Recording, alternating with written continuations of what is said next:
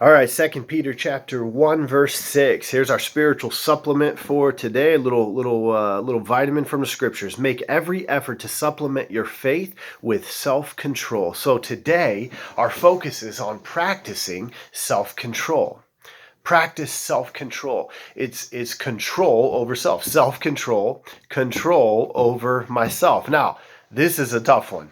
This is a really tough one. In the world that we live in, our flesh and fighting against ourselves with this, it's tough. So again, stretch, pray, space, listen to God. This takes some dedication and some time. It's a conscious choice to choose to honor God. I'm going to honor God with this one, and I'm going to honor God in my mind, my thinking, with my body, and literally it's a power over oneself. It's the toughest person to lead is ourselves. I mean, anyone can get a position and a title and lead other people and tell other people what to do. And how often are people great at telling other people what to do, but we don't do what we tell other people to do. The toughest person to lead is ourselves. So it's practicing self-control, control over self. It's a power over oneself. Now, it's not a huge biblical concept as the biblical teaching that we see predominant, especially in the New Testament, is we are controlled by and led by the Spirit of God, and we want to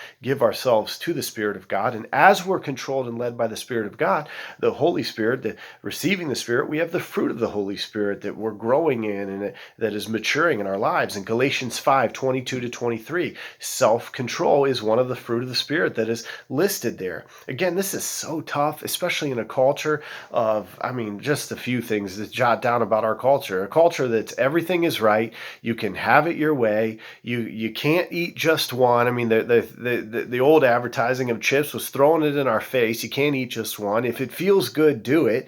And we live in a culture of excess. I heard a preacher this last Sunday say the norm of our culture is it's never enough. And that's so true. Never enough. It's never enough. And so when we're going to practice self-control, just know out of the gate, this one's tough. 1 Corinthians chapter 9, verse 24. Do you not know that in a race all the runners run, but only one receives the prize? So run that you may obtain it. Do everything we can do. Make every effort. Verse 25, every athlete exercises self-control, control over self in all things. They do it to receive a perishable wreath, a wood and plastic trophy that'll collect dust and be thrown away years ago by somebody else, or years later by somebody else. But we, an imperishable.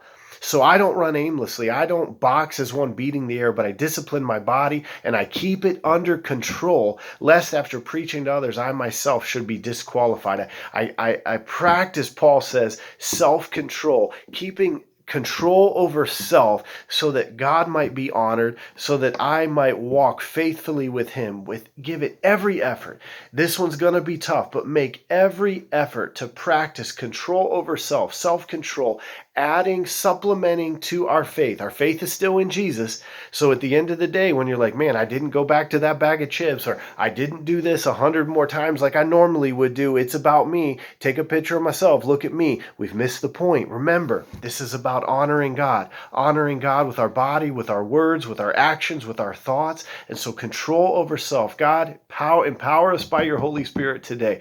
God, help us supernaturally to live for you and to practice these things today.